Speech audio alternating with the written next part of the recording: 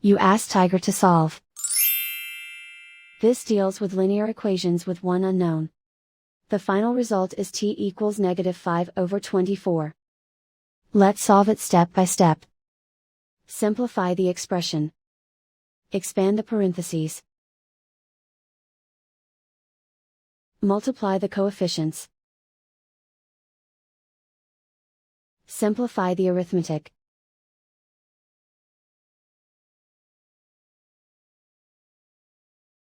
Group all constants on the right side of the equation. Subtract 5 from both sides. Simplify the arithmetic.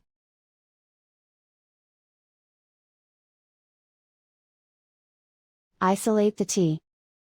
Divide both sides by 24. Simplify the fraction. And so the final result is t equals -5/24.